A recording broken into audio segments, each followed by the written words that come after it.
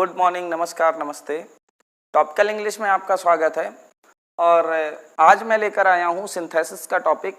पिछले दो वीडियोस में आपने सिंथेसिस में सिंपल सेंटेंस बनाने के दो तरीके सीखे। एक तो पार्टिसिपल का प्रयोग करके कैसे सिंपल सेंटेंस बनाया जाता है, दूसरा कि नॉमिनेटिव एब्सोल्यूट का प्रयोग करके कैसे सिंपल सेंटेंस बनाया जाता है। ये दो तरीके आपने सिंपल सेंटेंस बनाने के ऑलरेडी दो वीडियोस मेरे पड़े हुए हैं, उसमें मैंने ये चीज़ सिखाई है। आज मैं आपके लिए तीसरा तरीका लेकर आया हूं सिंपल सेंटेंस बनाने का, जिसका नाम है नाउन या फ्रेज इन अपोजिशन का प्रयोग करके दो वाक्यों को जोड़कर एक बनाने का तरीका। और एक कौन सा वाक्य, सिंपल सेंटेंस बनाने का तरीका। सबसे पहले जान लेते हैं नाउन या फ्रेज इन अपोजिशन क्या है। आप इसमें देखिए, नाउन तो आप सभी लोग जानते हैं, किसी भी व्यक्ति, वस्तु, स्थान के नाम को संज्ञा कहते हैं, आपने बचपन से पढ़ा हुआ है। और फ्रेज क्या होता है? वाक्यांश। वाक्यांश मतलब वाक्य का एक अंश। यानी आपको क्या करना है, नाउन दिया होगा या फिर कोई एक वाक्य का अंश दिया होगा, एक पार्ट दिया होगा सेंटेंस का, आपको उसको अपोजिशन की स्थिति में लाना है। अपोजिशन क्या होता है? निकट, पास पास, अगल बगल में रख देना है। बस यही नियम है और इसी को आप फॉलो करिए। जैसा ये नाम है वैसे ही इसको यूज किया जाता है। तो इसमें आप सबसे पहले देखेंगे कि क्या क्या जो हमें ध्यान रखना है बातें, वो ये हैं कि पहला पॉइंट यहाँ लिखा है, एक नाउन के बारे में दी गई जानकारी को उस नाउन के बाद दो कॉमा के बीच रखा जाता है। यानी आपको दो सेंटेंस दिए होंगे, किसी एक नाउन के बारे में एक जानकारी दी होगी, आपको क्या करना है, उस जानकारी को दो कॉमा के बीच में रख देना है। दूसरा पॉइंट लिखा है कि पहले कॉमा से जो का अर्थ निकलेगा। यानी जब आप कॉमा लगाएंगे तो आप देखेंगे कि उसमें जो का अर्थ जरूर निकलेगा। ये तरीका इतना इजी है, सिंपल बनाने का सबसे बढ़िया तरीका है और बहुत ही आसान है। इसमें ट्रिक भी काम करती है। यूपी बोर्ड के बच्चों के लिए जो 12th के एग्जाम देंगे, उनके लिए एक छोटी सी ट्रिक है, आप इसको यूज कर सकते हो। वो मैं वीडियो के अंत में आपको बता दूंगा क्या ट्रिक है। चलिए इनको कैसे बनाना है ये देखते हैं। जैसे पहला एग्जाम्पल मैंने यहां लिखा हुआ है कि Kalidas was a great poet. Kalidas एक महान कवि थे। He was the author of Shakuntalam. Shakuntalam के ऑथर थे। कालिदास एक महान कवि थे। ये आपका कैसा टेंस है? पहला टेंस दिया है। दूसरा जो सेंटेंस दिया है वो शाकुंतलम के ऑथर थे। तो आपको क्या करना है, इन दोनों सिंपल सेंटेंस को जोड़ना है, एक करना है। तो जोड़ने के लिए मैंने आपको तरीका बताया कि जैसे एक नाउन के बारे में जानकारी दी गई होगी, जो जानकारी है उसको आपको दो कॉमा के बीच में रख देना है। जैसे ये नाउन है कालिदास, तो हम सबसे पहले कालिदास जी का नाम लिख लेंगे यहाँ पे। इसके बाद इनके बारे में भैया क्या जानकारी दी गई है? एक तो ये जानकारी दी गई कि ये महान कवि हैं, दूसरी ये जानकारी दी कि ये शाकुंतलम के ऑथर हैं। आप किसी भी एक क्वालिटी को, किसी भी एक जानकारी को, किसी भी एक फ्रेज को उठाकर दो कॉमा लगाकर इनके पास में रख दीजिए। यानी कालिदास लिखा, मैं पहले ही वाले फ्रेज को रख लेता हूं, अ ग्रेट पोएट को, कॉमा लगाया एक, इसके बाद लिखा अ ग्रेट पोएट,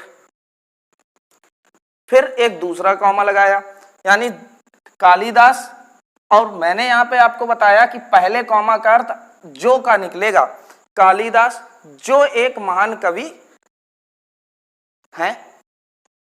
इसके बाद आपको क्या करना है, जो दूसरा सेंटेंस दिया हो आपको बस उसकी वर्ब से उठाकर पूरा सेंटेंस यहां पर लिख देना है। कुछ नहीं करना। ये वाज दिया है, इस वाज से उठाकर यहां से और यहां पर इसको लिख देना है, was the author of Shakuntalam. बहुत ही इजी तरीका है। जिसके बारे में जानकारी दी गई हो उस जानकारी को उठाइए, दो कॉमा के बीच में लगा के जिसके बारे में जानकारी हो उसी के बगल में रख दीजिए। जैसे दूसरा एग्जांपल देख लीजिए, my brother went to Mumbai. मेरा भाई मुंबई गया। It is the biggest sea port of India. ये भारत का बहुत बड़ा सी पोर्ट है। भैया अब ये बताओ किस चीज के बारे में जानकारी दी गई है? कहा गया मेरा भाई मुंबई गया, यहाँ पर जानकारी मेरे भाई के बारे में दी गई कि मुंबई गया। लेकिन जो अगले सेंटेंस में जानकारी दी गई है कि यह भारत का सबसे बड़ा सी पोर्ट है। तो सी पोर्ट कौन है? मुंबई। यानी कि दूसरे सेंटेंस में आपको इस नाउन मुंबई के बारे में जानकारी दी गई। और क्या जानकारी दी गई? ये दी गई कि the biggest sea port of India जो है वो मुंबई है। आपको क्या करना है? इस जानकारी को उठाकर 2 कॉमा के बीच मुंबई के बाद में रख देना है। तो सिंपल तरीका है, बनाएंगे my brother went to Mumbai, comma लगाइए। कॉमा लगाने के बाद जो मुंबई के बारे में कहा गया है वो आप सीधे लिख दीजिए, the biggest sea port of India.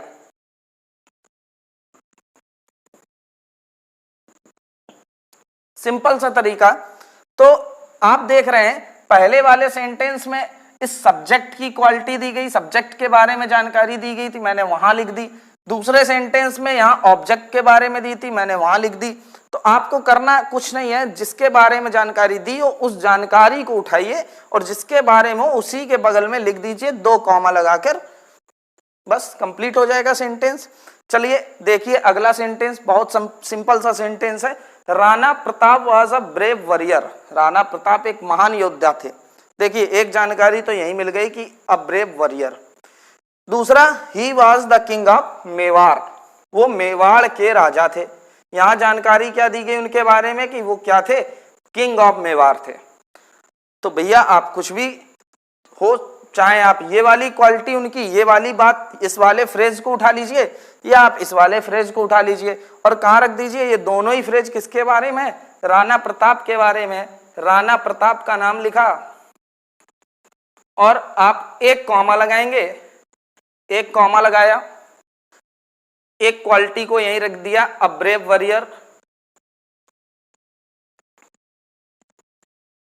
इसके बाद इस दूसरी क्वालिटी को आप सीधे कॉमा लगाने के बाद वर्ब के साथ में लिख देंगे, was the king of Mewar. हो गया। आप चाहें तो आप राणा प्रताप लिखिए, कॉमा लगाइए, पहले ये लिख दीजिए द किंग ऑफ मेवाड़ और बाद में वाज अ ब्रेव वॉरियर बाद में जोड़ दीजिए। आप किसी भी क्वालिटी को आपस में उसके पास में रख के 2 कॉमा के बीच में जोड़ सकते हैं। चलिए अब बात करते हैं ट्रिक की।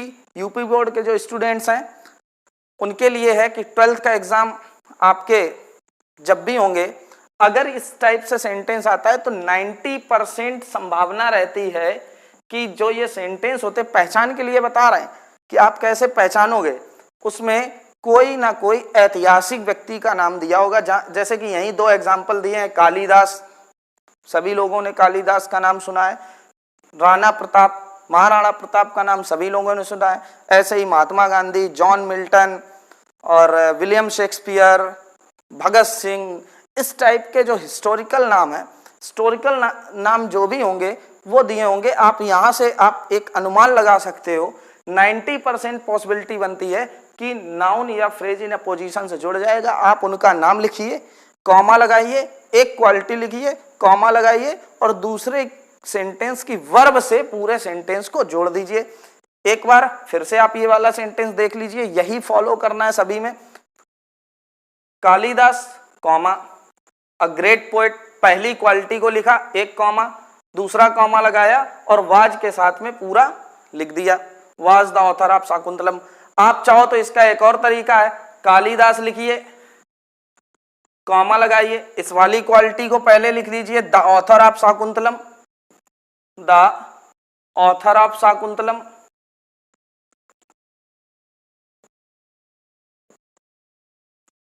दूसरा कॉमा लगाइए, अब इस वाले फ्रेज को वर्ब से पीछे जोड़ दीजिए, वाज अ ग्रेट पोएट। आपको सिंपल तरीका है बिल्कुल, नाम लिखिए, कॉमा लगाइए, एक फ्रेज रख दो, एक उनकी जानकारी रख दो, कॉमा लगाओ, दूसरी जानकारी को वर्ब के साथ में लिखना है। बस ये याद रखना है, जो आप जानकारी उनके बगल में रखोगे उसमें वर्ब नहीं लगाएंगे। आप सीधे सीधे ऐसा नहीं करेंगे, Kalidas comma was a great poet कर दो। ये गलतियां बहुत से बच्चे कर देते हैं। बस सिंपल सा इतना सा तरीका था।